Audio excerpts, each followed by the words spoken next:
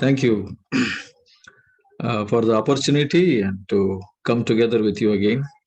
और मैं इस मौके के लिए धन्यवाद देता हूं कि मैं फिर एक बार आप सबके साथ जुड़ पाया And such a joy to know what the Lord is doing in your midst. और ये बड़े आनंद की बात है ये जानने के लिए कि प्रभु आपके बीच में क्या कर रहा है। It's the work of the Holy Spirit. It's not man's work. ये पवित्र आत्मा का काम है, ये मनुष्य का काम नहीं है। The Holy Spirit has poured out on the day of Pentecost to build a body. पवित्र आत्मा पेंटेकोस्ट के दिन उंडेला गया ताकि वो एक शरीर का निर्माण करे। The Spirit came to build a body or a family. वो एक आत्मा इसलिए आया ताकि वो एक शरीर या एक परिवार का निर्माण करे। So that body or family is his body and his family which will live to glorify him. और वो शरीर या देह और परिवार जो है वो उसका शरीर या उसका परिवार है जो इसलिए जिएगा ताकि उसको महिमा मिले। He wants to live a witness up here as long we are living in this earth.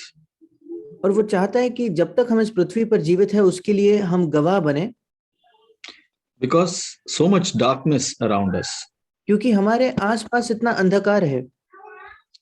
So I was thinking about this particular verse in 1 Corinthians chapter 12. और पहला कुरिन्थियों उसके 12वें अध्याय के इस वचन के विषय में मैं सोच रहा था। 1 Corinthians 12 verse 13. पहला कुरिन्थियों 12 अध्याय उसका 13वां वचन। Brother, you can read that. क्योंकि हम सब ने क्या यहूदी हो क्या यूनानी, क्या दास हो क्या स्वतंत्र, एक ही आत्मा के द्वारा एक देह होने के लिए बपतिस्मा लिया और हम सबको एक ही आत्मा पिलाया गया। It says here, by one spirit we were all baptized into one body, it says. और यहाँ लिखा है एक ही आत्मा के द्वारा हम एक देह होने के लिए बपतिस्मा लिया। It's not the baptism which we took, but we were all baptized, it says. और ये वो बपतिस्मा नहीं है जो हमने लिया, बल्कि यहाँ उसका सही अनुवाद है कि बपतिस्मा हमने पाया। So Holy Spirit is baptizing us to become one body. और इसका मतलब पवित्र आत्मा हमारा बपतिस्मा करता है ताकि हम एक देह एक शरीर बन जाए। So in other words, baptism means we have heard enough that it's an immersion. और दूसरे शब्दों में बपतिस्मा का अर्थ है, हमने ये पहले भी सुना है, डूबना। Holy Spirit wants to immerse us into himself so that we become one body. और पवित्र आत्मा हमें अपने आप में डुबाना चाहता है ताकि हम एक शरीर बन जाए। So then at the end it says all made to drink of the Spirit, one Spirit. और अंत में ये भी लिखा है कि हम सबको एक ही आत्मा पिलाया गया। So as we get immersed through the Holy Spirit into himself, then we start drinking the Spirit. और पवित्र आत्मा द्वारा जब हम उसके अंदर ही डुबाए जाते हैं तो हम फिर उस पवित्र आत्मा द्वारा पीने लगते हैं। Now Holy Spirit is building a body. अब पवित्र आत्मा एक देह का निर्माण कर रहा है। What is that body? वो शरीर क्या है? That is Jesus Christ. वो है यीशु मसीह। So in other words, we can call it body of Christ, you can say. दूसरे शब्दों में हम उसको मसीह की देह कह सकते हैं। This verse was speaking to me for many days now. और कई दिनों से अब ये वचन मुझसे बात कर रहा था।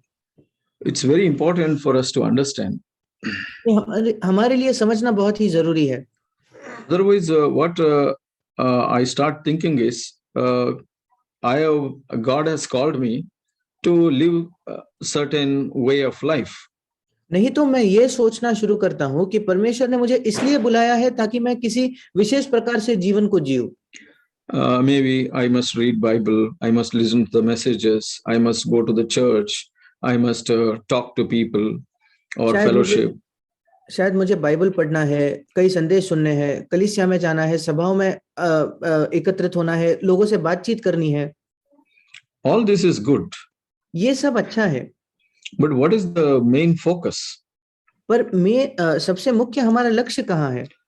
What is the reason Holy Spirit has come in our midst? वो क्या कारण है कि पवित्र आत्मा हमारे बीच में आया है? That is that we become one body and become united with each other. वो ये है कि हम एक शरीर बन जाए और एक दूसरे के साथ एक हो जाए. That's why I like the word which is used in Acts quite frequently. इस वजह से मुझे वो शब्द बहुत पसंद है जो प्रेरितों के काम में कई बार जिसका इस्तेमाल होता है. Acts chapter 1, प्रेरितों के काम उसका पहला अध्याय verse 20. उसका 20 वचन 26 brother. 26 वचन. तब उन्होंने उनके बारे में चिट्ठियां डाली और चिट्ठियां मत्तिया के नाम पर निकली, अतः वो उन 11 प्रेरितों के साथ गिना गया. So it says numbered, but one of the translations says he was added, it says. और यहाँ लिखा गया है कि वो उनके साथ गिना गया. एक और भाषांतर कहता है कि वो उनके साथ जोड़ दिया गया. So chapter 2 verse 41. और प्रेरितों के काम दूसरा अध्याय और उसका 41 वचन. अतः जिन्होंने उसके वचन ग्रहण किया उन्होंने बपतिस्मा लिया और उसी दिन 3000 मनुष्यों के लगभग उनमें मिल गए. So that means they got added. और इसका मतलब वे उनके साथ जुड़ गए. So who did this adding job? और ये जो जुड़ने का मिलने का काम कौन कर रहा था? That's the work of the Holy Spirit. ये पवित्र आत्मा का काम है.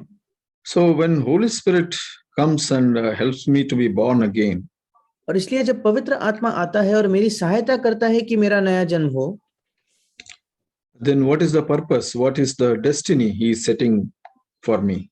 और फिर उसका उद्देश्य क्या है और मेरे लिए वो क्या मंजिल तय कर रहा है? That is, I become added to the body of Christ. वो ये है कि मैं मसीह की देह में जुड़ जाऊं या मिल जाऊं. So then we can turn to chapter 5, Acts. और प्रेरितों के काम उसका 5वां अध्याय verse 14. उसका 14 वचन. विश्वास करने वाले बहुत से पुरुष और स्त्रियां प्रभु की कलीसिया में बड़ी संख्या में मिलते रहे. So here again it says were constantly added to their number. और यहाँ फिर एक बार लिखा है कि वह निरंतर उनके साथ मिल रहे थे या जुड़ रहे थे. So this is very important to understand. Jesus, Holy Spirit was sent to a particular job. One, to show Jesus Christ, show the glory of Jesus Christ. और ये समझना बहुत जरूरी है कि पवित्र आत्मा को एक बहुत ही मुख्य काम करने के लिए भेजा गया था. पहला ये है कि वो यीशु मसीह की महिमा को दिखाए. That is, we see him as one who has taken the punishment or sacrificed for our sins. इसका मतलब हम उसको देखते हैं कि वो एक ऐसा है जिसने हमारे पापों के दंड को लिया और हमारे लिए वो बलिदान बना. And that is the work of the Holy Spirit. He opens our eyes to see him. और वो पवित्र आत्मा का काम है. वो हमारी आंखें खोलता है ताकि हम उसको देख पाए. Then we get redeemed from past guilt of sin. और फिर हमारे बीते हुए जो पापों की वजह से हम अपराधी महसूस करते थे, उस दोष की भावना से हम छुड़ाए जाते हैं. And we get justified. और हम धर्मी ठहराए जाते हैं. Then I become a part of God's family. और फिर मैं परमेश्वर के परिवार का एक हिस्सा बन जाता हूँ. That means God becomes my father. इसका मतलब परमेश्वर मेरा पिता बनता है. So then I have a relationship with the Father. That relationship was brought by Holy Spirit. और फिर मेरा पिता के साथ एक संबंध बन जाता है और वो संबंध, वो रिश्ता पवित्र आत्मा के द्वारा लाया गया. This is one side of the work of the Holy Spirit. और पवित्र आत्मा के कार्य का ये एक भाग या एक हिस्सा है. So what I am burdened today to share is the other side of the work of the Holy Spirit. और आज जो मेरे हृदय में बोझ है वो ये है कि मैं इस विषय में बांटूं कि पवित्र आत्मा के कार्य का दूसरा भाग क्या है. To become a member of the body of Christ. That's the work of the Holy Spirit.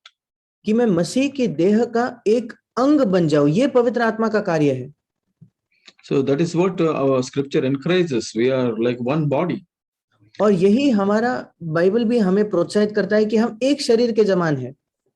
So that means I'm a representative. Maybe I'm in a part or a part of a body, but I'm representing Jesus Christ. इसका मतलब मैं शरीर का एक हिस्सा हूं, पर मैं यीशु मसीह का प्रतिनिधित्व कर रहा हूं.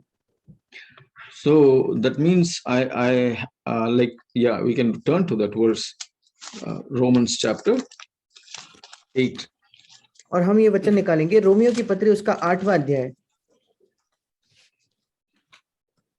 Verse 29. रोमियो 8 उसका 29. क्योंकि जिन्हें उसने पहले से जान लिया है उन्हें पहले से ठहराया भी है कि उसके पुत्र के स्वरूप में हो, ताकि वो बहुत भाइयों में पहलौठा ठहरे. So I have to represent Jesus Christ. I have to become to the image of Jesus Christ. और अगर मुझे यीशु मसीह का प्रतिनिधित्व करना है तो मुझे उसके स्वरूप में बदलना है. So that is the work of the Holy Spirit. He is changing me. और ये पवित्र आत्मा का काम है, वो मुझे बदल रहा है. Then when my spirit is getting changed, and there is another brother or a sister whose spirit also is changing through the Holy Spirit. पर जब मेरा आत्मा रूपांतरित हो रहा है, वहां एक और भाई या एक और बहन भी है जो पवित्र आत्मा के कार्य द्वारा उसका भी जीवन रूपांतरित हो रहा है. For example, one character or a principle we can say of Holy Spirit is making us humble. उदाहरण के तौर पर पवित्र आत्मा का एक गुण हम कह सकते हैं, उसका चरित्र है कि वो हमें नम्र बनाता है. So Holy Spirit is a spirit. That's the work of the Holy Spirit. When the Holy Spirit is working, and if I am cooperating, I become more and more humble increasingly. और ये पवित्र आत्मा का काम है. अगर पवित्र आत्मा मेरे अंदर काम करता है और मैं उसको सहयोग देता हूं, तो बढ़ते क्रम में मैं अधिक और अधिक नम्र बनते जाता हूं. So that's why the Holy Spirit writes in, I think, Romans 12, maybe somewhere about 33 or somewhere. It says, associate with the lowly और or humble. इसी वजह से रोमियो की पत्री उसके 12वें अध्याय में पवित्र आत्मा कहता है कि जो नम्र लोग हैं उनके साथ तुम रहा करो. Yeah, I think it is verse 16. और रोमियो 12 उसका 16. परंतु Read दीनों that. के साथ या नम्र लोगों के साथ संगति रखो. Yeah, so that is very important. That's the work of the Holy Spirit. That's how we become part of the Holy Spirit or the body of Christ. और ये बहुत जरूरी है, ये पवित्र आत्मा का कार्य है, इसी के द्वारा हम मसीह की देह के हिस्सा बनते हैं. So I don't like to boast about anything. और इस वजह से मुझे किसी भी बात का घमंड करने की इच्छा नहीं या पसंद नहीं. And I increasingly so happy to boast about my Lord Jesus Christ. और बढ़ते क्रम पर मैं बहुत खुश होता हूँ मेरे प्रभु यीशु मसीह के विषय में घमंड करने के बारे में. So that's the work of the Holy Spirit. और ये पवित्र आत्मा का काम है. So that's how I become slowly member of this body. और इसी प्रकार से मैं धीरे धीरे इस शरीर का हिस्सा बनता हूँ. Then slowly I come in touch with another brother or sister who has who is cooperating with the Holy Spirit on this journey and becoming more like Jesus Christ. और धीरे धीरे मैं एक ऐसे भाई या बहन के संपर्क में आता हूँ जो पवित्र आत्मा के इस कार्य में सहयोग दे रहा है इस सफर में कि उसको भी यीशु मसीह जैसा बनना है. See, that's why you see Old Testament when we see they were all individuals, but when Jesus came, he picked out some people to live with him. और इस वजह से जब हम पुराने नियम में देखते हैं तो पुराने नियम में सब अकेले अकेले व्यक्ति थे, पर जब यीशु मसीह आया तो उसने लोगों को इकट्ठा किया उसके पीछे चलने के लिए. So that's very important to understand. और इसलिए ये समझना बहुत जरूरी है. So if I am cooperating with the Holy Spirit, what is the mark? और अगर मैं पवित्र आत्मा के साथ सहयोग दे रहा हूं तो उसका चिन्ह क्या होगा? The one I am increasingly becoming, my character is becoming like Jesus Christ. एक तो बढ़ते क्रम पर मेरा जो चरित्र है वो यीशु के समान बन रहा है. And the other side, I am associating with those who are becoming like Jesus Christ. और दूसरी ओर मैं उन लोगों के साथ संबंध रखने लगता हूं जो यीशु मसीह के जैसे बन रहे. But ultimately, what we need to understand is that this body which is being built, at the end, when Jesus comes, only that will be taken up with Jesus Christ. पर अंत में जो हमें समझने की आवश्यकता है वो ये है, ये शरीर जिसका निर्माण यीशु मसीह कर रहा है, जब यीशु मसीह फिर आएगा सिर्फ ये शरीर ही उसके साथ ले लिया जाएगा। So that's why it is very important to associate with Jesus Christ. That means becoming like Jesus Christ and associating with the lowly and becoming one as a body. और इस वजह से ये बहुत जरूरी है कि हम यीशु मसीह के साथ संबंध रखें और उसके साथ बने, और उसी के जैसे उसके शरीर के साथ, ये जो नम्र लोग हैं इनके साथ रहकर हम उस शरीर में एक बन जाए। So when we see how CFC was started, और जब हम देखते हैं कि सीएफसी कलीसिया की शुरुआत कैसे हुई, so we have heard from Brother Zach and Brother Ian how God brought them both so different together and worked with them. और हमने सुना है भाई जैक और भाई इयन से कैसे परमेश्वर ने उन दोनों को लाया जो बिल्कुल अलग अलग किस्म के लोग थे, और उनके साथ और उनमें कार्य किया। It's a work of the Holy Spirit. Holy Spirit was working in Brother Ian's life, and Holy Spirit was working in Brother Zach's life. और ये पवित्र आत्मा का कार्य है, क्योंकि पवित्र आत्मा भाई जैक के जीवन में काम कर रहे थे और पवित्र आत्मा भाई इयन के जीवन में भी काम कर रहे थे।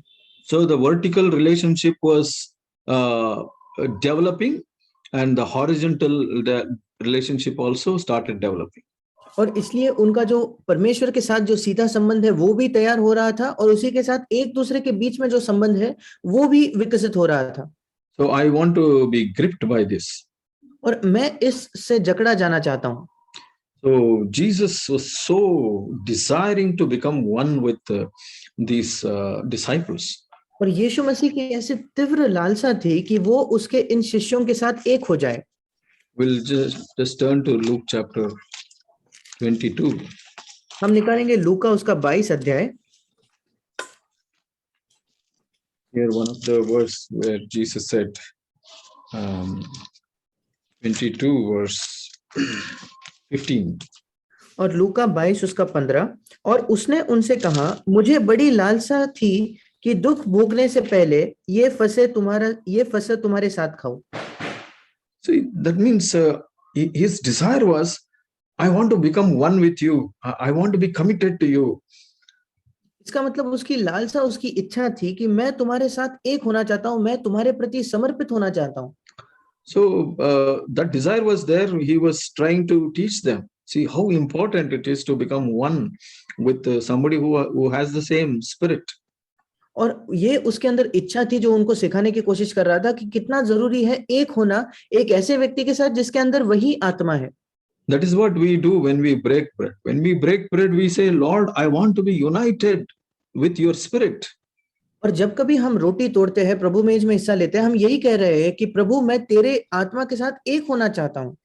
But human being is basically selfish and proud. पर मनुष्य जो है वो मूलभूत तौर पर बहुत ही स्वार्थी और घमंडी है। So I want to break my pride and say, Lord, I want to humble myself. I don't want anything else. I want to become one with you. I want to partake of your spirit. और इसलिए मुझे अपने घमंड को तोड़ना पड़ता है और कहना पड़ता है कि प्रभु मैं अपने घमंड को छोड़कर मैं अपने लिए कुछ नहीं चाहता, मैं तेरे साथ एक होना चाहता हूँ, तेरे आत्मा के साथ एक होना चाहता हूँ। Say no to my will and say, Lord, I want to be united with your will. मेरे स्वयं की, मेरे खुद ही की इच्छा को नहीं कहकर ये कहना कि प्रभु मैं तेरे इच्छा के साथ एक होना चाहता हूँ। That is one side, but another side is the desiring to become one with those who have the same spirit. ये एक भाग है, पर दूसरा भाग ये है कि उन लोगों के साथ भी एक होने की इच्छा रखना जिनमें वही आत्मा है। See, if I am only concerned, oh, I want to become one with the Lord and I am working out my own salvation and pursuing, there is a danger, like Brother Santosh writes in that book, Congregation, Club and the Church. और अगर मेरे अंदर बस यही इच्छा है कि मैं प्रभु के साथ एक होने की कोशिश कर रहा हूं और मैं अपने उद्धार के कार्य को पूरा कर रहा हूं, तो फिर एक खतरा है जो भाई संतोष ने भी उनके किताब में लिखा है कि कलीसिया, कांग्रेगेशन और club. Oh, congregation. That congregation is something people like to do so many things for the Lord, but they don't have desire to become one with others. और वो जो कांग्रेगेशन या जो समूह या झुंड होता है, उनके अंदर प्रभु के लिए करने के लिए इतना कुछ इच्छा होती है कि वो प्रभु के लिए ये करे वो करे, पर वो एक दूसरे के साथ एक नहीं होना चाहते। So they are not desiring to humble themselves, associate with the humble, and be part of that body of Christ. और उनके अंदर ऐसी कोई इच्छा नहीं है कि वो अपने आप को नम्र करे और नम्र लोगों के साथ एक हो जाए और मसीह के देह का हिस्सा बने. So if Jesus was not so interested about the body of Christ, then he would have lived in a monastery or in a jungle and lived a holy life before God. अगर यीशु मसीह को मसीह की देह के निर्माण में कोई दिलचस्पी नहीं थी तो वो अकेला किसी जंगल में या किसी पहाड़ पर रह सकता था परमेश्वर का काम करते हुए. See, now for example, when I look at all you brothers and sisters joining from different places, this is the work of the Holy Spirit that he is bringing you all close here. उदाहरण के तौर पर जब अब मैं आप सब भाई बहनों को देखता हूं तो ये पवित्र जो अलग अलग जगह से जुड़ रहे हैं ये पवित्र आत्मा का काम है कि वो आपको यहाँ इकट्ठा कर रहा है. But the focus should not be, I want to be associated with CFC or Brother Zach or hear the messages, attend the meetings. पर हमारा उद्देश्य ये नहीं होना चाहिए कि मैं सीएफसी से संबंध रखना चाहता हूं, मैं भाई जैक से जुड़ना चाहता हूं, उनके संदेश सुनना चाहता हूं और सभाओं में हिस्सा लेना चाहता हूं. Instead, recognizing work of the Holy Spirit. उसके बजाय पवित्र आत्मा के काम को हमें पहचानना है. Holy Spirit is working in each one's heart so that he will unite us. पवित्र आत्मा हम में से हर एक के हृदय में काम कर रहा है ताकि वो हमें एक कर दे. So that we see that it's happening. और इस बात को हम देखते हैं कि ये हो रहा है. But if someone stops cooperating with the Holy Spirit, that work may stop. पर अगर कोई पवित्र आत्मा से सहयोग करना छोड़ दे तो वो काम रुक जाएगा. That means that person starts associating with somebody of his kind whom he likes and something like that. इसका मतलब वो ऐसे व्यक्तियों के साथ संबंध रखता है जो उसी के जैसा है या ऐसा कुछ. It's kind of a soulish relationship. ये एक भावनात्मक संबंध है. So because I like this person, I like him or her, and I would like to associate with so and so. क्योंकि मुझे ये फलाना व्यक्ति पसंद है, मुझे उसके साथ रहना पसंद है, इस वजह से मैं उसके साथ रहूंगा. That is not the right way. ये सही तरीका नहीं है. To become a part of the body of Christ, मसीह के देह का हिस्सा बनना, it is to respond to the voice of the Holy Spirit. ये वो है कि हम पवित्र आत्मा की आवाज को प्रतिक्रिया देते हैं. For example, Jesus showed us that, maybe we can turn to that John chapter 13.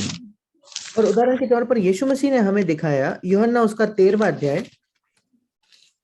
So, verse 1. और उसका पहला वचन. फसह के पर्व से पहले जब यीशु ने जान लिया कि मेरी वो घड़ी आ पहुंची है कि जगत छोड़कर पिता के पास जाऊं, तो अपने लोगों से जो जगत में थे जैसा प्रेम वो रखता था अंत तक वैसा ही प्रेम रखता रहा. So verse 4 you can read, brother. और चौथा वचन, भोजन पर से उठकर अपने ऊपरी कपड़े उतार दिए और अंगोछा लेकर अपनी कमर बांधी. Yeah, so actually I wanted to read verse 3 and 4. Will you please read 3, brother, verse 3? Yes. तीसरा वचन, यीशु ने ये जानकर कि पिता ने सब कुछ मेरे हाथ में कर दिया है और मैं परमेश्वर के पास से आया हूं और परमेश्वर के पास जाता हूं. So this is the work of the Holy Spirit. See, Jesus was not soulish or humanly. He was responding to the Father. Even though he knew he was going to the Father, everything was given to him. Then he says, what is the spirit work of the Spirit?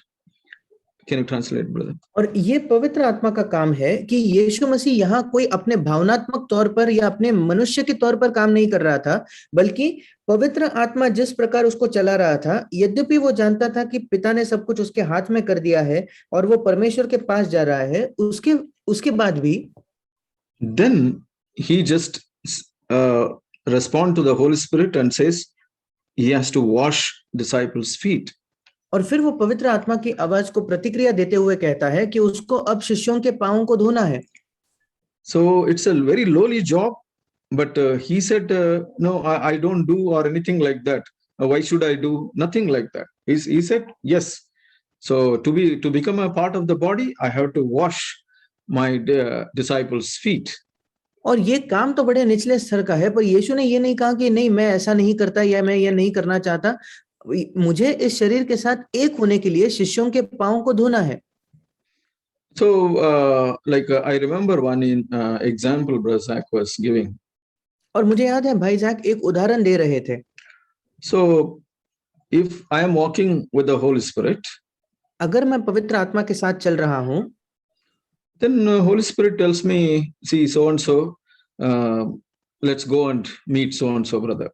और अगर पवित्र आत्मा मुझसे कहे कि आइए हम इस व्यक्ति से जाकर, इस भाई से जाकर मिले, or so and so sister, या इस बहन से जाकर मिले, but I feel no, he's little cranky or she is little cranky.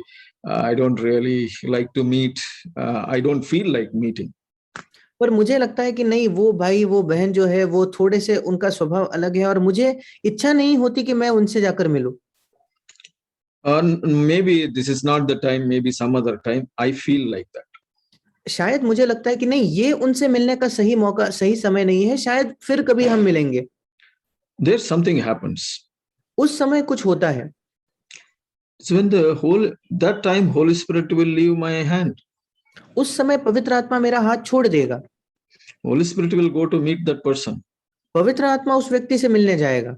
But I will go ahead where I like to go, but without the Holy Spirit. और मैं आगे चलूंगा, जहां मैं जाना चाहता हूं वही जाऊंगा, पर बिना पवित्र आत्मा के। Then I am stepping away from being built into the body of Christ. फिर मैं मसीह की देह में जो निर्माण मेरा हो रहा है उससे मैं बाहर हट रहा हूं या दूर हट रहा हूं। So what is the main thing? फिर मुख्य बात क्या है? See, not to go by my feelings. मैं अपनी इच्छाओं के द्वारा, अपनी भावनाओं के द्वारा नहीं चलता। The Holy Spirit wants to baptize me into his body. पवित्र आत्मा मुझे अपने शरीर में मेरा बपतिस्मा करवाना चाहता है। So that means he wants to push me or mold me or melt me. इसका मतलब वो मुझे ढकेलना चाहता है, एक ढांचे में डालना चाहता है, मुझे वो पिघलाना चाहता है। So then only I become part of the body. तभी मैं इस शरीर का हिस्सा बन पाऊंगा। So if I go by my feelings and what I like, what I don't like, then I may not become part of the body. अगर मैं अपने भावनाओं की बात मानता हूं या वही करता हूं जो मैं करना चाहता हूं या नहीं करना चाहता, फिर शायद मैं उस शरीर का हिस्सा नहीं बनूंगा। Then slowly I can't come under the authority of shepherd whom God gives also. फिर धीरे धीरे मैं उस चरवाहे के अधिकार के नीचे भी नहीं आ पाऊंगा जिसको परमेश्वर देता है। Slowly I start telling the Holy Spirit, maybe whenever Holy Spirit prompts, no, I don't like to listen to that brother because he is very hard on me or something like that. धीरे धीरे शायद मैं पवित्र आत्मा को कहने लगूंगा कि नहीं, मैं उस भाई को सुनना पसंद नहीं करता क्योंकि वो मुझसे बहुत कठोर है या ऐसा कुछ। He is unreasonable or something like that. और वो बहुत मुझे सही नहीं लगते या ऐसा कुछ। Yeah, that's how I don't come under the authority of the shepherd, God-given shepherd. और इसी प्रकार परमेश्वर द्वारा दिए गए चरवाहे के अधिकार के नीचे मैं नहीं आता। And I don't come under the God-given circumstances, like humble ourselves. We have to humble ourselves under the mighty hand of God. That I start denying. और परमेश्वर द्वारा जो लाई गई परिस्थितियां है उनके अधीन में नहीं होता। जैसे परमेश्वर के महान हाथ के नीचे हमें नम्र होना है, बलवंत हाथ के नीचे, उसका मैं इनकार करने लगता हूँ। What is the result? इसका परिणाम क्या होता है? What is the result? What happens then? और इसके परिणाम स्वरूप क्या होता है? That is, I am not part of the work of the Holy Spirit. मैं पवित्र आत्मा जो काम कर रहा है उसका मैं हिस्सा या उसका भाग नहीं हूँ। So I don't become part of the fellowship. और मैं उस संगति का हिस्सा नहीं बनता। Maybe in the church, even in Bangalore church, there may be 500 people maybe in the church. शायद कलीसिया में, जैसे बैंगलोर कलीसिया में 500 लोग हो सकते हैं। So in that, who are all responding they slowly become one core group. और इन 500 लोगों में से जो कोई सहयोग देते हैं, ये धीरे धीरे करके एक छोटा सा, जो एक सार के समान या एक मूल वो झुंड बनने लगते हैं। So they are becoming one body or one family. वे एक शरीर हो रहे हैं या एक परिवार बन रहे हैं। So when the Holy Spirit came upon these disciples, that is what happened. और जब पवित्र आत्मा इन शिष्यों पर आया तो यही बात हुई। That's what then when Peter was filled with the Holy Spirit, he stood along with the 11, it says. और इसी वजह से जब पतरस पवित्र आत्मा से भर गया तो लिखा है कि वो उन 11 के साथ खड़ा हुआ। So then there actually the 120 people who were filled with the Holy Spirit became one body. और तब जो 120 लोग जो पवित्र आत्मा से भर गए थे, वे एक शरीर बन गए। So now I was giving an example of Bangalore CFC. और अब मैं बैंगलोर CFC का जैसा उदाहरण दे रहा था।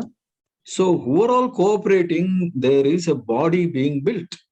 और जो कोई उनमें से उन 500 लोगों में से सहयोग करता है पवित्र आत्मा का, उनके बीच मसीह की देह का निर्माण हो रहा है। They are not going by their feelings and many other things, what they feel like. वे अपने भावनाओं के द्वारा या उन्हें क्या महसूस होता है उसके द्वारा वे नहीं चलते। They are going by the prompting of the Holy Spirit. पवित्र आत्मा जैसे उन्हें चलाता है उसी के द्वारा वे चलते हैं। Once, in other words, we can say they are walking in the light. दूसरे शब्दों में हम कह सकते हैं कि वे ज्योति में या प्रकाश में चल रहे हैं। What happens when somebody walks in the light? जब कोई ज्योति में चलता है तब क्या होता है? Then they find fellowship with God and fellowship with those who are walking in the light. और फिर वे परमेश्वर के साथ संगति पाते हैं और उसी के साथ उनके साथ भी संगति पाते हैं जो दूसरे लोग ज्योति में चल रहे हैं। They become more and more humble, become like Jesus. वे अधिक अधिक नम्र होते जाते हैं, वे यीशु के जैसे बनते जाते हैं। So that is very important that otherwise God will remove us from the church. ये बहुत महत्वपूर्ण है, नहीं तो परमेश्वर हमें कलीसिया से निकाल देगा। So let us see that verse. I think in Zephaniah we can read that verse. और हम उस वचन को देखेंगे सपन्या की पुस्तक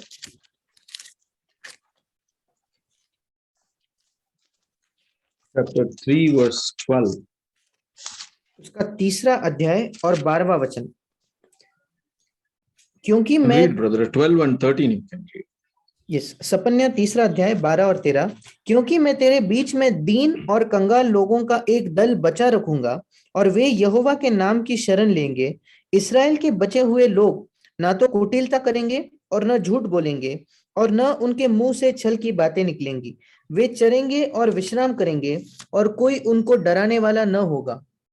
So this is the picture of the body of Christ. ये मसीह की देह का एक चित्र है।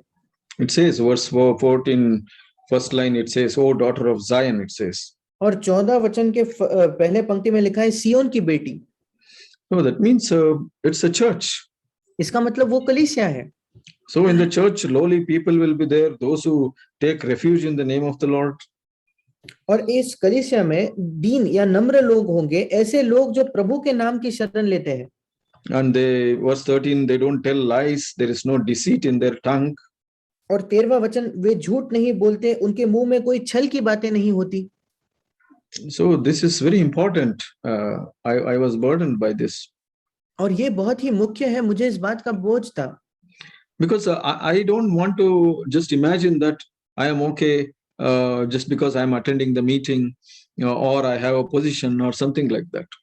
क्योंकि मैं ये कल्पना नहीं करना चाहता कि मैं ठीक हूं या मैं सही हूं सिर्फ इस वजह से क्योंकि मैं सभाओं में जुड़ता हूं या मेरे पास कोई जिम्मेदारी है या ऐसा कुछ।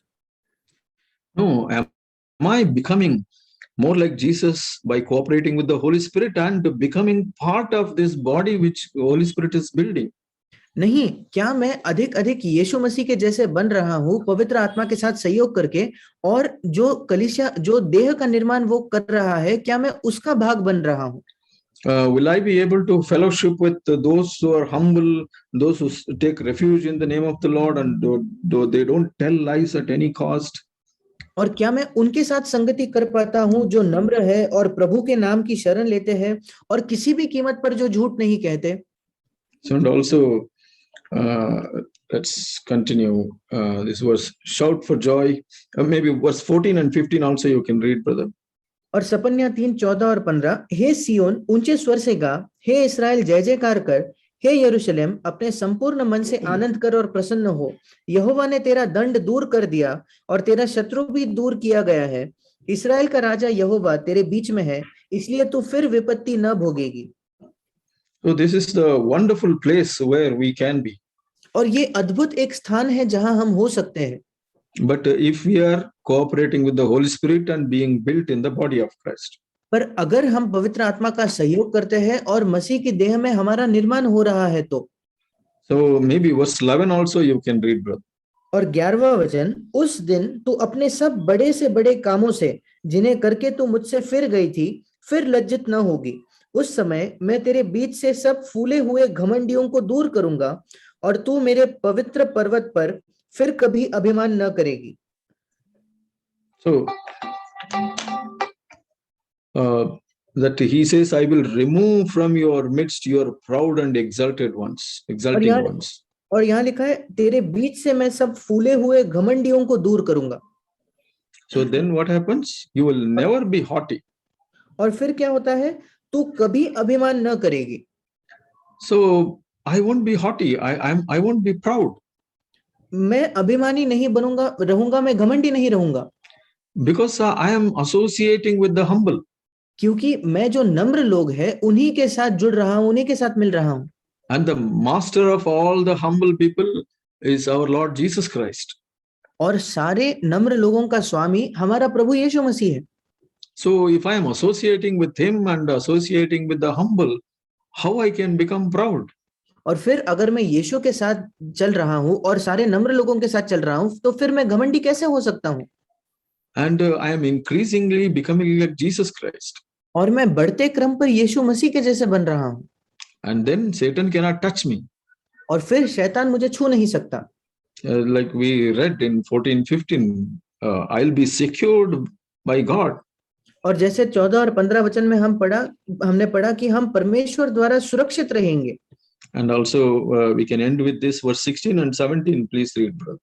और हम 16 और 17 वचन पढ़ेंगे। उस समय यरूशलेम से ये कहा जाएगा, हे सियोन मत डर, तेरे हाथ ढीले न पड़ने पाए, तेरा परमेश्वर यहोवा तेरे बीच में है, वो उद्धार करने में पराक्रमी है, वो तेरे कारण आनंद से मगन होगा, वो अपने प्रेम के मारे चुपका रहेगा, फिर ऊंचे स्वर से गाता हुआ तेरे कारण मगन होएगा।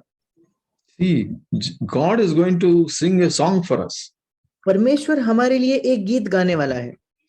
So he is quiet in his love. He wants to pour his love on us. और वो अपने प्रेम से चुप रहता है, वो अपने प्रेम को हम पर उंडेलना चाहता है। So if we are in the body of Christ, God wants to pour his love upon us. अगर हम मसीह की देह में हैं तो परमेश्वर अपने प्रेम को हम पर उंडेलना चाहता है। So for example, now we are all gathering from different places. उदाहरण के तौर पर अब हम सब अलग-अलग जगहों से यहाँ एकत्रित हुए हैं। But are we cooperating with the Holy Spirit and becoming part of this body or family? पर क्या हम पवित्र आत्मा का सहयोग देते हुए इस शरीर या इस परिवार का हिस्सा बन रहे हैं? Or we are only attending meetings? या हम सिर्फ सभाओं में जुड़ते हैं? So the purpose of every meeting is that we are refocusing on Jesus Christ and work of the Holy Spirit. और हर एक सभा का उद्देश्य या लक्ष्य ये होता है कि हम फिर एक बार अपने ध्यान को यीशु मसीह पर और पवित्र आत्मा के कार्य पर लगाएं। As in the work of the Holy Spirit is building the body. और पवित्र आत्मा का कार्य ये है कि वो शरीर एक देह का निर्माण कर रहा है। And he is giving shepherds and building a family here. और वो चरवाहे देता है और यहाँ एक परिवार का निर्माण करता है। So that's very important to understand. और ये समझने के लिए बहुत जरूरी है। So even in our midst, we are gathered from different parts of this country, but we have to realize what kind of family God is building. और यद्यपि आज हम यहाँ अलग-अलग देश के अलग-अलग हिस्सों से जुड़े हैं, हमें ये पहचानना है कि परमेश्वर किस प्रकार के परिवार का निर्माण कर रहा है। Associate with those who are walking by the Spirit. उन लोगों के साथ रहना जो पवित्र आत्मा द्वारा चलाए जाते हैं, those who are part of this body which is built by Jesus, Holy Spirit. जो इस देह का हिस्सा बनते हैं, जो पवित्र आत्मा द्वारा जिसका निर्माण हो रहा है। So Holy Spirit, Jesus said, I will build my church. और यीशु मसीह ने कहा, मैं अपने कलीसिया को बांधूंगा। The church means his body or his family. और कलीसिया का मतलब है उसका शरीर या उसका परिवार। God is our Father. परमेश्वर हमारा पिता है। If I'm in this body, and what we read is, our God will exalt over us and he will sing songs for us. और अगर हम इस शरीर में हैं, तो जो हमने पढ़ा, हमारा परमेश्वर हम पर आनंद करेगा और हमारे विषय में गीत गाएगा। And it says he is a victorious warrior in our midst. और यहाँ लिखा है कि वो हमारे बीच में एक पराक्रमी परमेश्वर है। So we don't have to be afraid of any persecution or difficulties and problems which we are going to face. और इस वजह से हमें किसी भी सताव का, किसी भी कठिन परिस्थितियों का जिनका हम सामना करेंगे, उनसे डरने की आवश्यकता नहीं। May the Lord help us that we cooperate with the Holy Spirit and become a part of this family. और प्रभु हमारी सहायता करे कि हम पवित्र आत्मा का सहयोग करें और इस परिवार का हिस्सा बने। Then we can experience God's love and his protection. और फिर हम परमेश्वर के प्रेम और उसकी सुरक्षा को अनुभव कर पाएंगे। May the Lord help us. परमेश्वर हमारी सहायता करे।